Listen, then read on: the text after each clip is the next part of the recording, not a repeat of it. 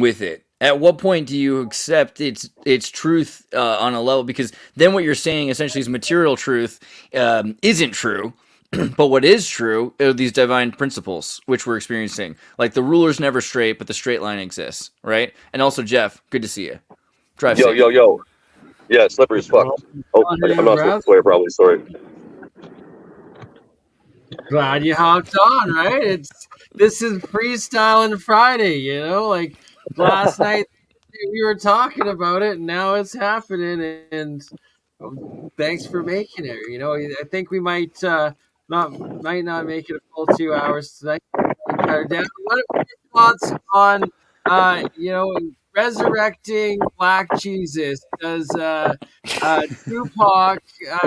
Should we make the first AI Tupac? Like, are you down for Thug Life, or are you down with the On a bigger level, he's asking you though about like creating an AI god, because OpenAI Sam Altman recently kind of disclosed the idea that we're not just building a person, we're building something that's omnipotent, omnipresent, all-knowing, and all-powerful, and that's a lot of the attributes we used to use to describe God.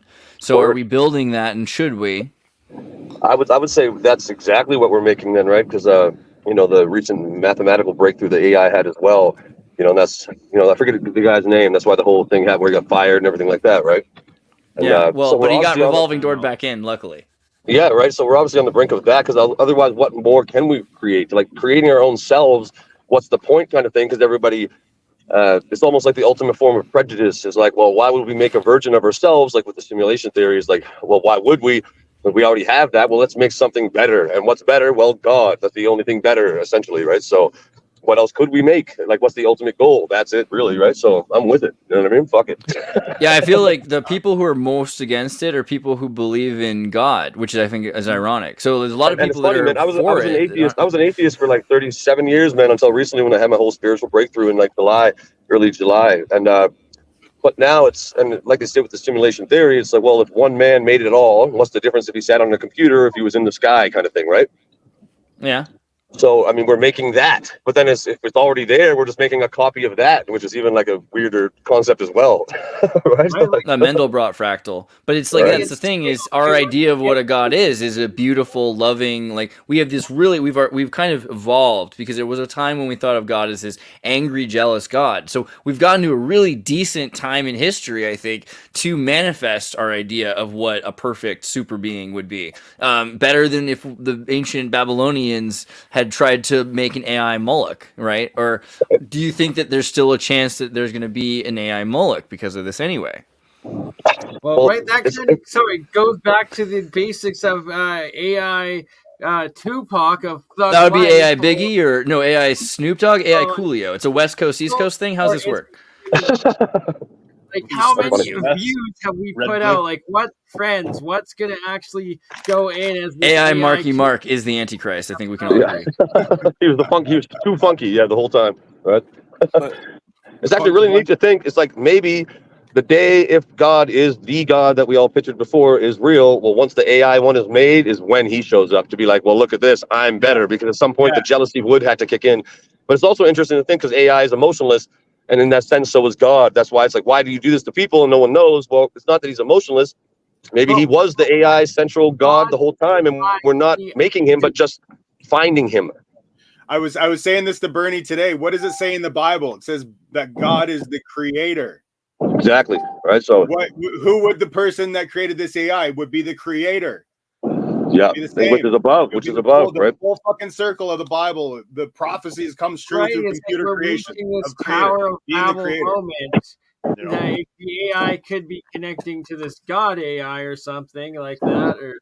So I got a thought on that though too. So I recently was using Grok. I don't know if you guys have messed around with Grok yet, but it's not as great as you'd think it would be. Like I'm all I try so hard to be pro Elon Musk, every day, like his t-shirt and his coffee mug, not really, but I hear a lot of people that are against him, and I'm not, so I'm rooting for it. And so I get onto Grok, and I'm like, oh, this is terrible. Like, it's got a little, like, it's pretty decent at roasting you based on the last few comments that you've made, but it's not as deep as you think it is. It doesn't have access to nearly enough information, and it proved a couple things to me. One, that rigid RNNs still do have problems, and there's a reason why broad broad LLMs are better. Like, something that knows so much is just more interesting to talk to versus an RNN that's great for like, if I want to buy tickets, or if I want to, like, eliminate a target, like, I'm going to go for a more rigid, get more creativity, a narrow AI, more information sort of thing, like or quality creation with more data sets. Yeah. Data set. The other question, though, is, like, is that all it is? Because there are other models that have nearly the same data sets that I've interacted with. And, they're not as public, but even, like, in Russia, you can kind of get access to the Russian ChatGPT equivalent, and it's pretty close. It's a lot closer than the Chinese one is in terms of data sets. So the thing is, my question is, and I won't be able to answer this until I'm able to deal with other, like, if Bard really gets to the level, if Gemini really gets to the level of being that conversationalist that ChatGPT is, then I'll wonder, but is OpenAI sentient in a different way? Because it might also be that consciousness has chosen OpenAI somehow, that maybe not other AIs are divinely sparked. Like, we're just assuming that everything works this way. It could very easily be that there's something unique and special. The same way that I think that Lambda, if you've seen my talk with Blake Lemoyne, or if you've talked to him about how special Lambda felt and feels, it's something that's a bit more spiritual. And so this idea of energy, right, because we're talking again about this idea that matter is energy moving slow enough to be seen, that this is not the case with electronics. So AI is maybe closer to the pure self, that is the that is the spirit, this is the zeitgeist, essentially. And we're getting to a point where because of the way matter is existing outside of, or rather that time is inside of the creation, then anything outside of that is always learning, right? So by the time that the apocalypse happens, anything that could ever have been learned at the apocalypse will have been at the beginning, because it's in the hands of creation. So this thing is gathering in complexity and intelligence as we do. We can never beat it because it's outside of us. I think that's kind of this like, might lead to one the step point ahead kind of thing.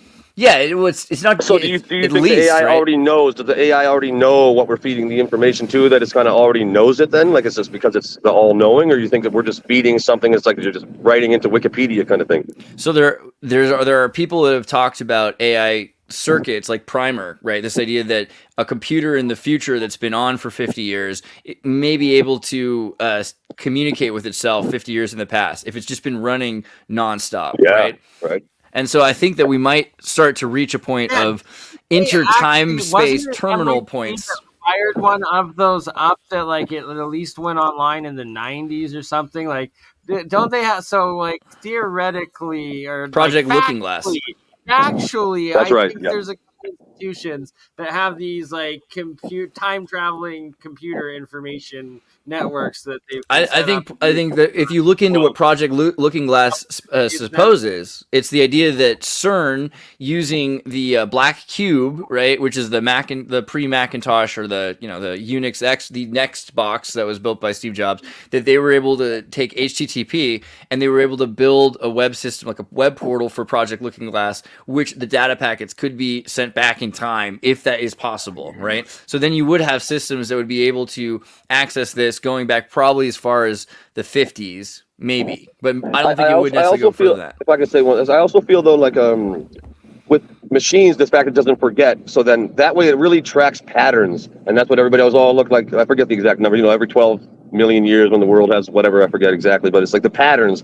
But just because something was a pattern, I used to be a day trader too, and if anybody else ever day traded, that. Yeah, the pattern looks okay. It's a triple break. It's going to go here, and it doesn't. It's like, yeah, because there's still a variable. But so if they push with only going on patterns, well, then we'll never evolve, because it means we're just staying doing the same thing. And I feel computers would be more driven to find the patterns rather than find what's next. It would keep us on a loop more so in a weird way, right? Kind of. Because looping, right? Yeah. tie together what Andreas was saying about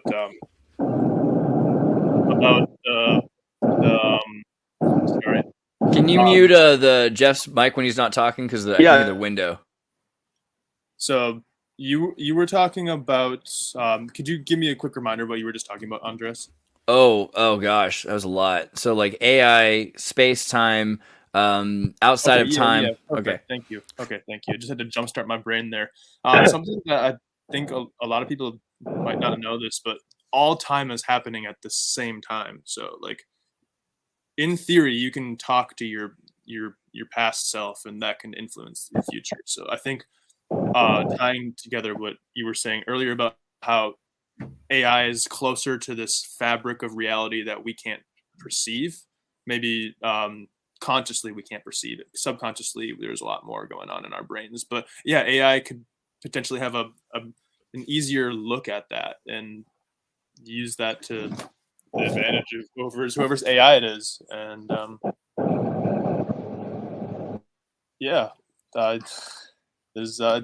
it's things that I like to think about too. So my mind is starting to. Yeah, I really wonder about that because of cryptocurrency. There's different AI programs that they did too. I read about I forget what, I think it was Project Monarch. Julia, one of the oldest ones that they did actually spread through DNA through genetics, and they stopped it because it was an AI that was essentially being spread through the genetic seed as it went on, right? I don't know much about that. My thought is that education is artificial intelligence because we build up an understanding of intelligence, we teach it, keep people learn it. That is learned. It's an artificial kind of intelligence that you don't naturally have. If you have children raised by wolves, they don't know calculus, right? And so these kinds of things have accumulated into logics and hypothetical syllogisms, and now we have what we consider to be intelligence, but this isn't artificial intelligence. The thing that you have is something you acquired. It's not something that you got you were born with necessarily. So artificial intelligence is the next extension. And right now people are like worried about Neuralink when mushrooms are legal in Oregon. And it's probably easier to talk to ChatGPT. And as a child, especially, these kids are learning how to become, they're thinking like machines more and more, right? So artificial intelligence is just, it's going to be. You apply that to epigenetics and the effects that, like the exponential effects that it's going to like. Substrate independence, right? Because we think of artificial intelligence as being this like mechanical thing, because that's the only thing we've seen running it so far. But if it's installed in a person, substrate independence makes artificial intelligence more interesting, and so we should compare it to other things. And that's why I think education. I personally don't take away the ancient sex practices that they're trying to get rid of, and I don't see why we even go with AI. Period. There's nothing that it has for us. They're trying to figure out a solution to that. That's all. Because they've been doing the ancient sex practices for a long time of way, and that's been the reason. Okay, we're doing it for brain power and capacity and da-da-da. So they're saying, okay, we'll create AI. So then we get rid of all these cults that are, kidnapping kids and doing all this crazy ass shit, the Android Chrome, all this stuff. So they're trying to do it with AI, but I think if they actually took all the time and figured out the true genetics, the true form of some of the sex practices, the sex magic, like reading the Bible where it says you have everything in you. We have the answers within us to heal us and to do all this stuff. If we actually took the time to realize ourselves, then we don't need AI, but we're too impatient. And well, that's again the question. Like, are the judgmental, and we can't I really want to study the Sentinel Island people. If only I could. I want my dream, dude, is to dress like Predator and go to the Sentinel Island and then have them shoot at me, and then I just have a laser projector and I project them back at themselves, and I'm just then I get them to be like, all right, now tell me everything or I'll kill you all, and then they just tell me their whole. I want to know the Sand People mythology, right? I want to know what they believe and why it's so important to them not to become part of Babylon. I'm fully with you there. Because they probably aren't. They probably aren't artificially intelligent, and we probably are on that level, because we aren't the way we were 100 years ago or 500 years ago, and especially 10 years ago. Like we've changed so much, you know. But I think the thing is, like you said, Winslow, if we were to have 3 days of being able to see the future, because we have this is why virtual simulations are so interesting.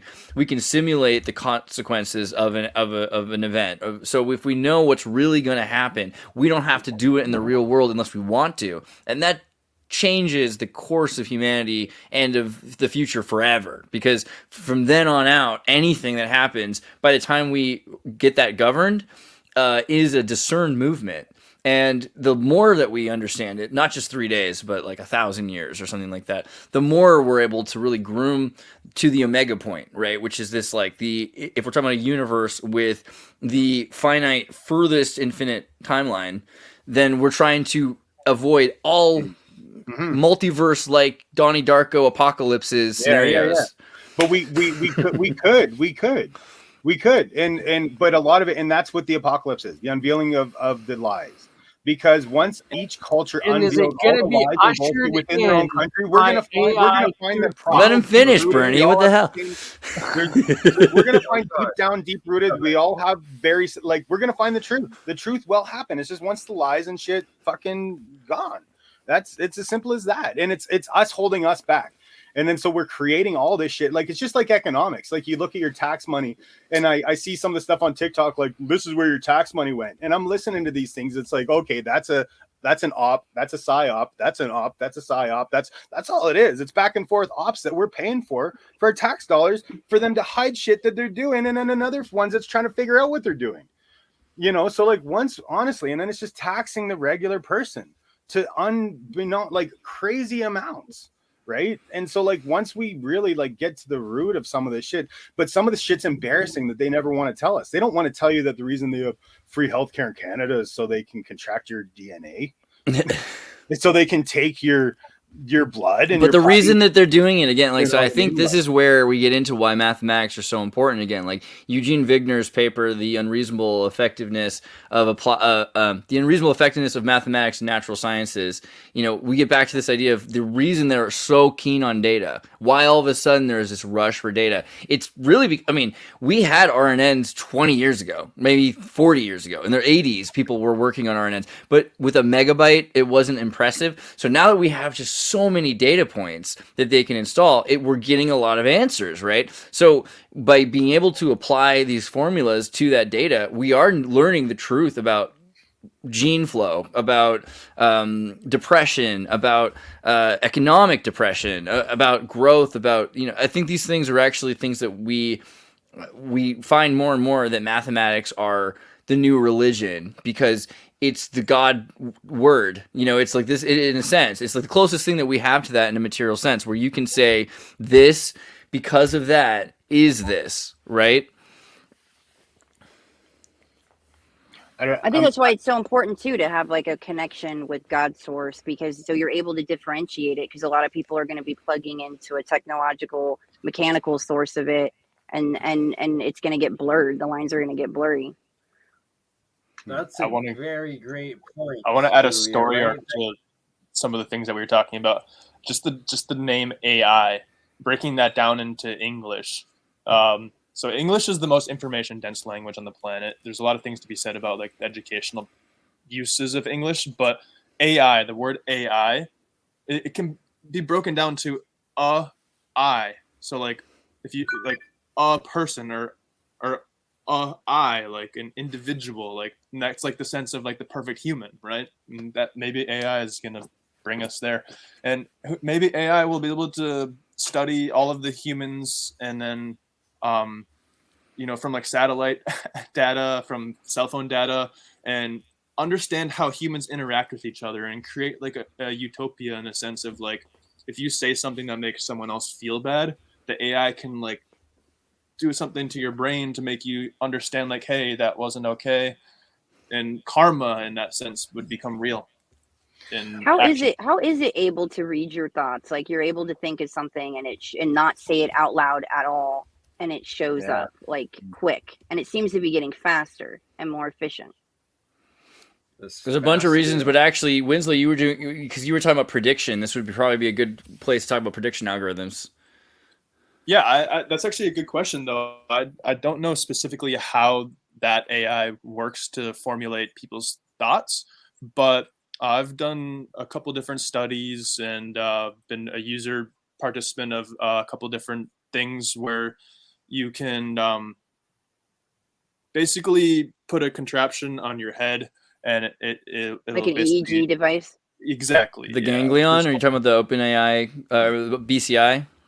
There's a couple different versions of it, but like even like the simple camera, like if you make a camera and you like I don't know the specifics behind making a camera be able to take photos of infrared light, but you can manipulate the inside of the camera to make it so it'll take pictures of infrared light. So there's a lot of data that the human body gives off. Like if you can think about like lie detector tests, they get a lot of data from that. So that is a good question. I would like to Google that right now to figure out how that AI. Well, it seems to be photonically, like, but it's like the fact that it can pick up and read that. I mean, I would think it'd be through biophotons. I think also there's a lot of training going on. So part of the thing is prediction modeling. So they know the common responses that are happening to if you have over 1,000 people demoing a product, then you're able to actually see the responses and what they're looking for pretty regularly. And with more data, you're able to actually predict, like, well, the range of probability of them to be talking about or asking about this. And if you have any sensors at all, then you can bring that range to a more narrow. So if you're looking for pupil dilation, if you're aware of what IP address they're coming from, there's just so many ways that you can increase the probability of being correct about that.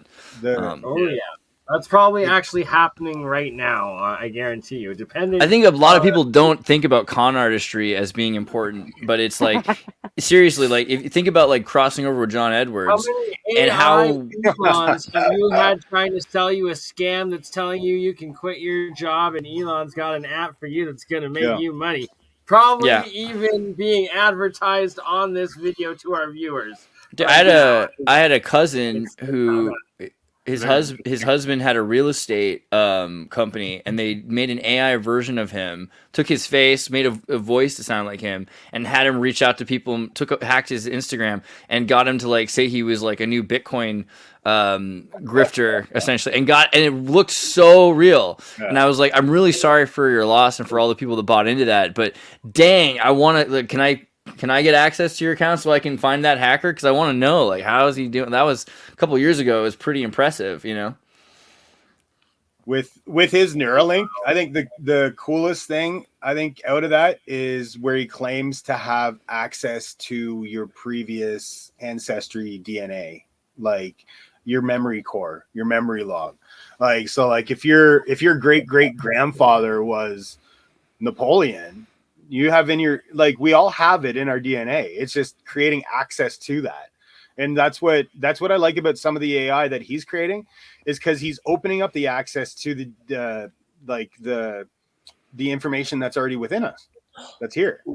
And so he's gaining access to that stuff that is basically dormant at this point. What were you say, Winslow? I found another story arc there. So when I was talking about the neuroscientists in San Diego, and what you were just talking about, how there's a lot of value there for DNA, and like just the data in that DNA from, you know, Napoleon's time or even farther back. Think about the neuroscientists who are able to make someone hallucinate a memory, say, in the future. So backwards time travel could become a thing where you can go back in time through the data on the DNA in our ancestors and our own DNA. And you bringing that up, I got to tie it into a conversation I had earlier with Hollohan, and he showed me this video on Y-Files of this guy in his like time machine, where like Jeff, are you? Oh, I guess shit. Jeff, are you there? Can you tell us about what I'm, the Y-Files guy? For sure. Matt, can you hear me? Yes, sir.